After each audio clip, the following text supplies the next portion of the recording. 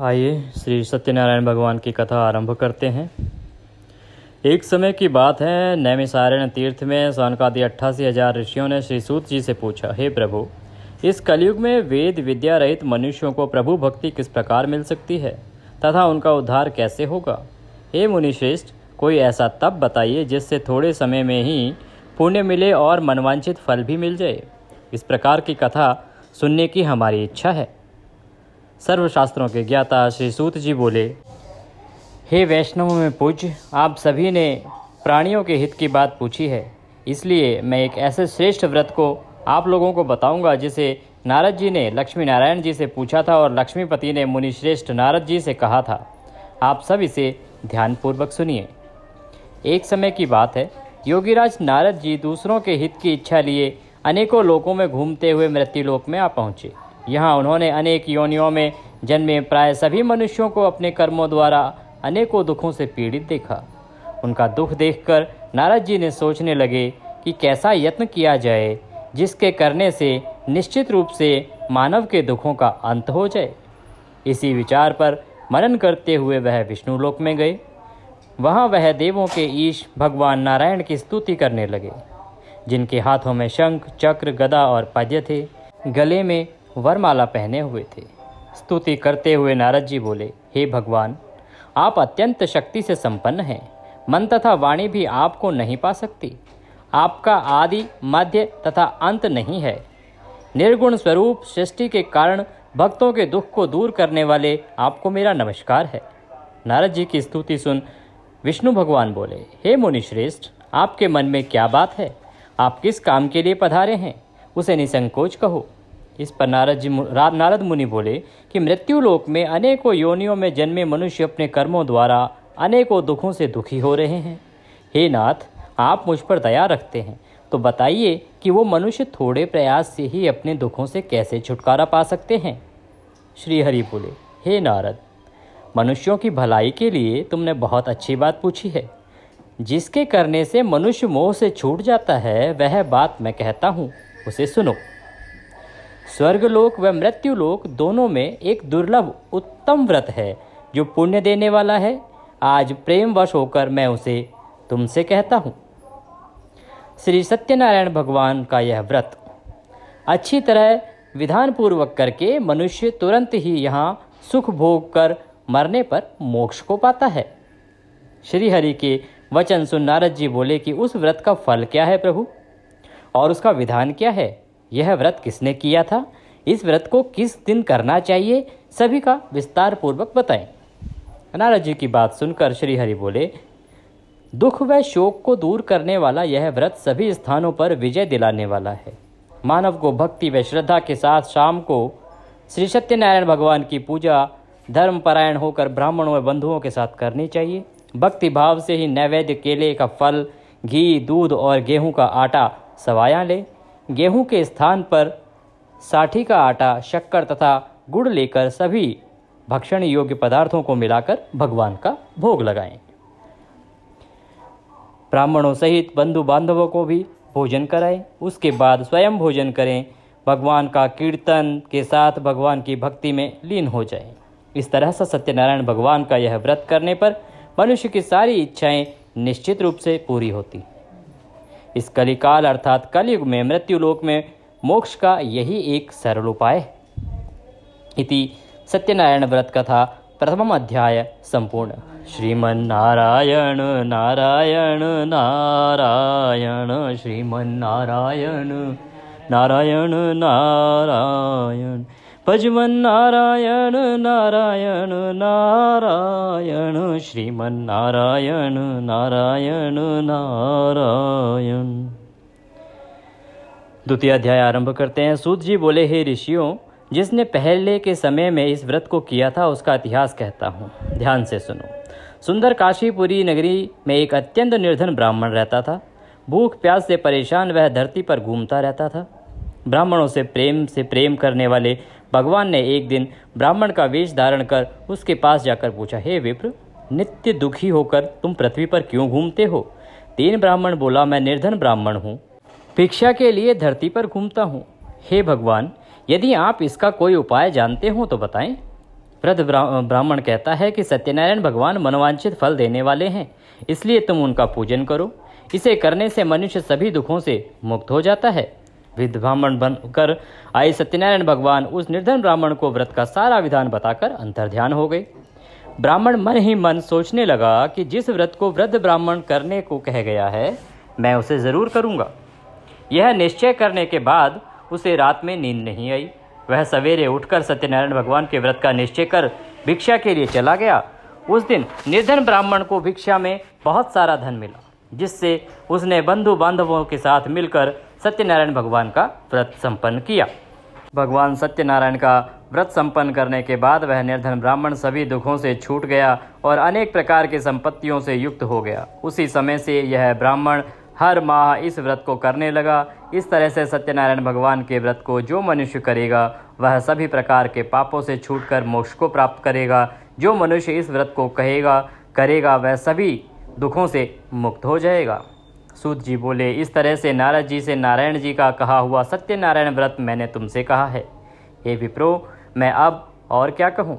ऋषि बोले, हे मुनिवर, संसार में उस विप्र से सुनकर और किस किस ने इस व्रत को किया, हम सब इस बात को सुनना चाहते हैं। इसके लिए हमारे मन में श्रद्धा का भाव है। श्री सूत जी बोले, हे मुनियों, जिसने इस व्रत को किया है वह सब तुम ध्यान से सुनो। एक समय वही विप्र धन व ऐश्वर्य के अनुसार अपने बंधु बांधवों के साथ इस व्रत को करने को तैयार हुआ। उसी समय एक लकड़ी बेचने वाला बूढ़ा आदमी आया और लकड़ियां बाहर रखकर अंदर ब्राह्मण के घर गया। प्यास से दुखी वह लकड़हारा उनको व्रत करते देख विप्र को नमस्कार कर पूछने लगा कि आप यह क्या कर रहे हैं तथा इसे करने से क्या फल मिलेगा, कृपया मुझे भी बताएं। ब्राह्मण ने कहा कि सब मनोकामनाओं को पूरा करने वाला यह सत्यनारायण भगवान का व्रत की कृपा से ही मेरे घर में धन धान्य आदि की वृद्धि हुई है। विप्र ने सत्यनारायण व्रत के बारे में जानकर लकड़हारा बहुत प्रसन्न हुआ। चरणामृत लेकर वह प्रसाद खाने के बाद वह अपने घर गया। लकड़हारे ने अपने मन में संकल्प किया कि आज लकड़ी बेचने से जो धन मिलेगा उसी से श्री सत्यनारायण भगवान का उत्तम व्रत करूंगा। मन में इस विचार को ले बूढ़ा आदमी सिर पर लकड़ियां रखकर नगर में बेचने गया। जहां धनी लोग ज़्यादा रहते थे उस नगर में उसे अपनी लकड़ियों का दाम पहले से 4 गुना अधिक मिला। वह वृद्ध आदमी प्रसन्नता के साथ दाम लेकर केले, शक्कर, घी, दूध, दही और गेहूं का आटा ले और सत्यनारायण भगवान के व्रत की अन्य सामग्रियां लेकर अपने घर गया। वहां उसने अपने बंधु बांधवों को बुलाकर विधि विधान से सत्यनारायण भगवान का पूजन किया, व्रत किया। इस व्रत के प्रभाव से वह बूढ़ा लकड़हारा धन, पुत्र आदि से युक्त होकर संसार के समस्त सुख भोग अंत काल में वैकुंठ धाम को चला गया। इति श्री सत्यनारायण भगवान कथा 2य अध्याय संपूर्ण। श्रीमन्नारायण नारायण नारायण भजमन नारायण नारायण लक्ष्मी नारायण नारायण नारायण श्रीमन्नारायण नारायण नारायण। इति 3य अध्याय आरंभ। श्री सूत जी बोले, हे श्रेष्ठ मुनियों, अब आगे की कथा कहता हूँ। पहले समय में उल्कामुख नाम का एक बुद्धिमान राजा था। वह सत्यवक्ता और जितेंद्रिय था। प्रतिदिन देव स्थानों पर जाता और निर्धनों को धन देकर उनके कष्ट दूर करता था। उसकी पत्नी कमल के समान मुख वाली तथा सती साध्वी थी। भद्रशीला ने नदी के तट पर उन दोनों ने सत्यनारायण भगवान का व्रत किया। उसी समय साधु नाम का एक वैश्य आया।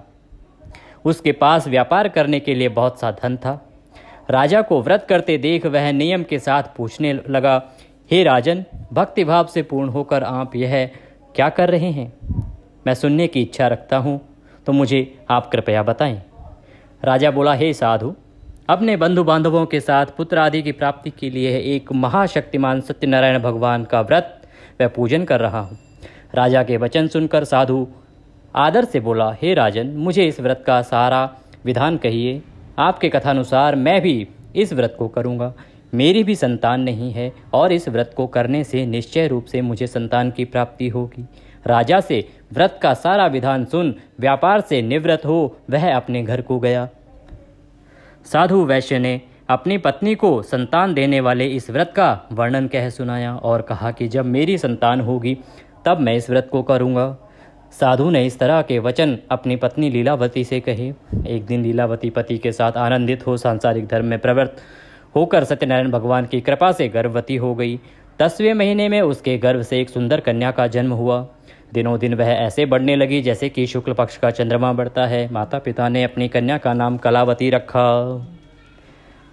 एक दिन लीलावती ने मीठे शब्दों में अपने पति को याद दिलाया कि आपने सत्यनारायण भगवान के जिस व्रत को करने का संकल्प लिया था उसे करने का समय आ गया है, आप इस व्रत को करिए। साधु बोला कि हे प्रिय, इस व्रत को मैं उसके विवाह के बाद करूँगा। इस प्रकार अपनी पत्नी को आश्वासन देकर वह नगर को चला गया। कलावती पिता के घर में रह वृद्धि को प्राप्त हो गई। साधु ने एक बार नगर में अपनी कन्या को सखियों के साथ देखा तो तुरंत ही दूत को बुलाया और कहा कि मेरी कन्या के योग्य वर देख कर आओ। साधु की बात सुनकर दूत कंचन नगर में पहुंचा। वहां देखभाल कर लड़की के सुयोग्य वाणिक पुत्र को ले आया। सुयोग्य लड़के को देखकर साधु ने बंधु बांधवों को बुलाकर अपनी पुत्री का विवाह कर दिया। लेकिन दुर्भाग्य की बात यह कि साधु ने अभी भी सत्यनारायण भगवान का व्रत नहीं किया। इस पर श्री सत्यनारायण भगवान क्रोधित हो गए और श्राप दिया कि साधु को अत्यधिक दुख मिले। अपने कार्य में कुशल साधु बनिया जमाई को लेकर समुद्र के पास स्थित होकर रत्नासागरपुर नगर में गया। वहां जाकर दामाद ससुर दोनों मिलकर चंद्रकेतु राजा के नगर में व्यापार करने लगे। एक दिन भगवान सत्यनारायण की माया से एक चोर राजा का धन चुरा कर भाग रहा था। उसने राजा के सिपाहियों को अपना पीछा करते देख चुराया हुआ धन वहां रख दिया जहां साधु अपने जमाई के साथ ठहरा हुआ था। राजा के सिपाहियों ने साधु वैश्य के पास जाकर देखा तो धन वहीं पड़ा था। तो वह ससुर जमाई दोनों को बांधकर प्रसन्नता से राजा के पास ले आए और कहा कि उन दोनों चोरों को हम पकड़ लाए हैं और आप आगे की कार्यवाही की आज्ञा दें। राजा की आज्ञा से उन दोनों को कठिन कारावास में डाल दिया गया और उनका सारा धन भी उनसे छीन लिया गया। सत्यनारायण भगवान से श्राप से साधु की पत्नी भी बहुत दुखी हुई। घर में जो धन था उसे चोर चुरा ले गए। शारीरिक तथा मानसिक पीड़ा व भूख प्यास से अति दुखी होकर अन्न की चिंता में कलावती के ब्राह्मण के घर गई। वहां उसने सत्यनारायण भगवान का व्रत होते देखा। फिर कथा भी सुनी। वह प्रसाद ग्रहण कर वह रात को घर वापस आई। माता के कलावती से पूछा कि हे पुत्री, अब तक तुम कहाँ थी? तेरे मन में क्या है? कलावती ने अपनी माता से कहा, हे माता, मैंने एक ब्राह्मण के घर में सत्यनारायण भगवान का व्रत होते देखा है।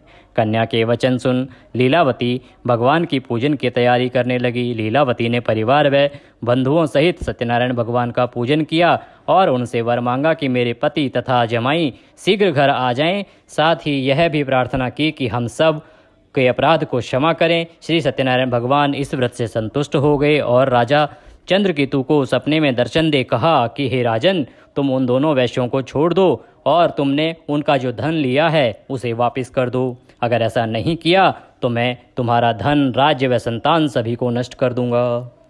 राजा को यह सब बात कहकर वह अंतर्ध्यान हो गए। प्रातःकाल सभा में राजा ने अपना सपना सुनाया। फिर बोले कि बणिक पुत्रों को कैद से मुक्त कर दो और सभा में ले आओ। दोनों ने आते ही राजा को प्रणाम किया। राजा मीठी वाणी में बोला, हे महानुभावों, भाग्यवश ऐसा कठिन दुख तुम्हें प्राप्त हुआ है, लेकिन अब तुम्हें कोई भय नहीं है।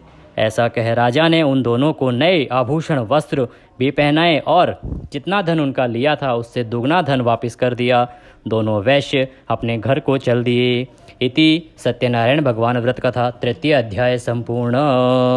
श्रीमन्नारायण नारायण नारायण लक्ष्मी नारायण नारायण नारायण लक्ष्मी नारायण नारायण भजमन नारायण नारायण नारायण। सूत जी बोले, वैश्य ने मंगलाचार कर अपनी यात्रा आरंभ की और अपने नगर की ओर चल दिए। उनके थोड़ी दूर जाने पर एक दंडी वेशधारी सत्यनारायण भगवान ने उनसे पूछा, हे साधु, तेरी नाव में क्या है? अभिवाणी वणिक हंसता हुआ बोला, हे दंडी, आप क्यों पूछते हो? क्या धन लेने की इच्छा है? मेरी नाव में तो बेलपत्र के पत्ते भरे हुए हैं। वैश्य के कठोर वचन सुन भगवान बोले, तुम्हारा वचन सत्य हो।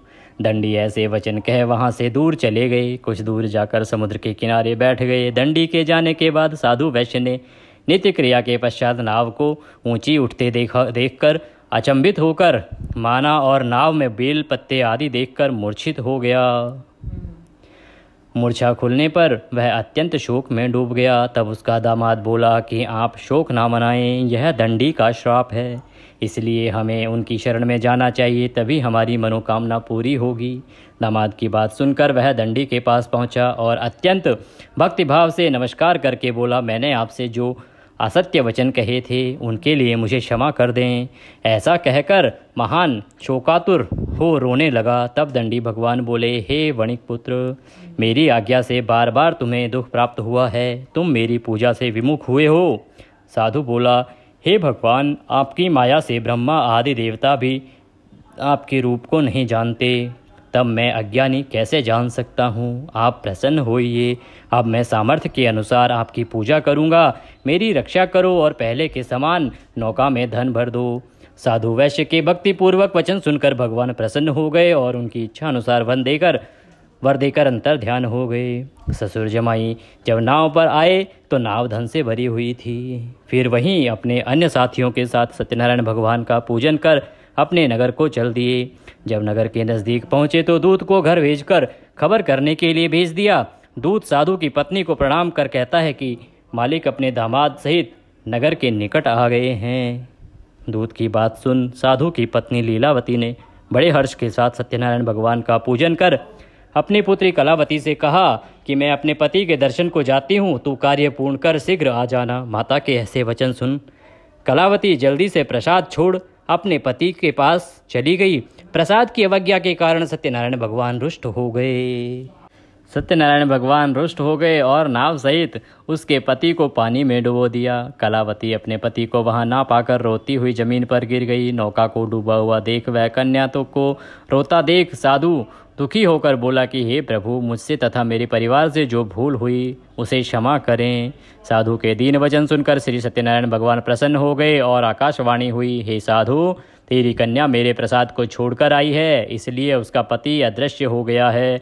यदि वह घर जाकर प्रसाद खाकर लौटती है तो उसे इसका पति अवश्य मिल जाएगा। ऐसी आकाशवाणी सुन कलावती घर पहुंचकर प्रसाद खाती है और फिर आकर अपने पति के दर्शन करती है। उसके बाद साधु अपने बंधु बांधवों सहित श्री सत्यनारायण भगवान का विधि विधान से पूजन करता है। इस लोक का सुख भोग वह अंत में स्वर्ग को प्राप्त करता है। इति सत्यनारायण भगवान कथा 4th अध्याय संपूर्णः। नारायण नारायण भजन नारायण नारायण नारायण लक्ष्मी नारायण नारायण श्रीमन नारायण नारायण नारायण। पंचम अध्याय आरंभ। श्री सूत जी बोले, हे ऋषियों, मैं और भी एक कथा के सुनाता हूँ, उसे भी ध्यानपूर्वक सुनो। प्रजापालन में लीन तुंगध्वज नाम का एक राजा था। उसने भी भगवान का प्रसाद त्याग कर बहुत ही दुख सहन किया। एक बार वन में जाकर वन्य पशुओं को मारकर वह बड़ के पेड़ के नीचे आया। वहाँ उसने ग्वालों को भक्ति भाव से अपने बंधु बांधवों सहित सत्यनारायण भगवान का पूजन करते देखा। अभिमानवश राजा ने उन्हें देखकर भी पूजा स्थल में नहीं गया और ना ही उसने भगवान को नमस्कार किया। ग्वालों ने राजा को प्रसाद दिया, लेकिन उसने वह प्रसाद भी नहीं खाया और प्रसाद को वहीं छोड़कर वह अपने नगर को चला गया। जब वह नगर में पहुंचा तो वहां सब कुछ तहस नहस हो चुका था। वह शीघ्र ही समझ गया कि यह सब भगवान ने ही किया है। वह दोबारा ग्वालों के पास पहुंचा और विधि पूर्वक पूजा करके प्रसाद खाया और तो श्री सत्यनारायण भगवान की कृपा से सब कुछ पहले जैसा हो गया। दीर्घकाल तक सुख भोगने के बाद मरणोपरांत उसे स्वर्गलोक की प्राप्ति हुई। जो मनुष्य परम दुर्लभ इस व्रत को करेगा तो सत्यनारायण भगवान की अनुकंपा से उसे धन धान्य की प्राप्ति होगी। निर्धन भी धनी हो जाता है और भय मुक्त हो जीवित रहता है। संतानहीन मनुष्य को संतान सुख मिलता है और सारे मनोरथ पूर्ण होने पर मानव अंतकाल में वैकुंठ धाम को जाता है। श्री सूत जी बोले, जिन्होंने पहले इस व्रत को किया है अब उनके दूसरे जन्म की कथा कहता हूँ। वृद्ध शतानंद ब्राह्मण ने सुदामा का जन्म लेकर मोक्ष की प्राप्ति की। लकड़हारे ने अगले जन्म में निषाद बनकर मोक्ष प्राप्त किया। उल्कामुख नाम का राजा दशरथ होकर वैकुंठ को गए। साधु नाम के वैश्य ने मोरध्वज बनकर अपने पुत्र को आरे से चीरकर मोक्ष पाया। महाराज तुंगध्वज ने स्वयंभू होकर भगवान से भक्ति युक्त हो कर्म कर मोक्ष पाया। इति सत्यनारायण व्रत कथा पंचम अध्याय संपूर्णः। श्रीमन्नारायण नारायण नारायण नारायण नारायण लक्ष्मी नारायण नारायण नारायण श्रीमन्नारायण नारायण नारायण। यहाँ पर सत्यनारायण भगवान कथा समाप्त होती है। बोलिए श्री सत्यनारायण भगवान की जय। इसके बाद आरती करें, भगवान को भोग लगाएं और प्रसाद ग्रहण करें। लक्ष्मी रमणा स्वामी जय लक्ष्मी रमणा, सत्यनारायण स्वामी जनपातक हरणा। ओम जय लक्ष्मी रमणा, रत्न जड़ित सिंहासन अद्भुत छवि राजे, प्रभु अद्भुत छवि राजे। नारद करत निरंजन, नारद करत अंजन घंटा ध्वनि बाजे। ओम जय लक्ष्मी रमणा, प्रकट भये कलि कारण, द्विज को दर्श दियो प्रभु द्विज को दर्श दियो। बूढ़ो ब्राह्मण बन कर, बूढ़ो ब्राह्मण बन कंचन महल कियो। ओम जय लक्ष्मी रमणा, दुर्बल भील कठारो, जिन पर कृपा करी प्रभु जिन पर कृपा करी। चंद्रचूड़ एक राजा, चंद्रचूड़ एक राजा, तिनकी विपत्ति हरि। ओम जय लक्ष्मी रमणा, वैश्य मनोरथ पायो, श्रद्धा तज दीनी प्रभु श्रद्धा तज दीनी। सो फल भोग्यो प्रभु जी, सो फल भोग्यो प्रभु जी, फिर स्तुति कीनी। ओम जय लक्ष्मी रमणा, भाव भक्ति के कारण छिन छिन रूप धरो प्रभु छिन छिन रूप धरो। श्रद्धा धारण कीनी तिनको काज सर। ओम जय लक्ष्मी रमणा, ग्वाल बाल संग राजा, वन में भक्ति करी प्रभु वन में भक्ति करी। मन वांछित फल दीनो, मन इच्छित फल दीनो, दीन दयाल हरि। ओम जय लक्ष्मी रमणा, चढ़त प्रसाद सवायो, कदली फल मेवा प्रभु कदली फल मेवा। धूप दीप तुलसी से, धूप दीप तुलसी से, राजी सत्य देव। ओम जय लक्ष्मी रमणा, श्री सत्यनारायण जी की आरती जो कोई नर गावे, स्वामी प्रेम सहित गावे। रिद्धि सिद्धि सुख संपत्ति सहज रूप पावे। ओम जय लक्ष्मी रमणा, जय लक्ष्मी रमणा, स्वामी जय लक्ष्मी रमणा। सत्यनारायण स्वामी जनपातक हरण। ओम जय लक्ष्मी रमणा। बोलिए श्री सत्यनारायण भगवान की जय।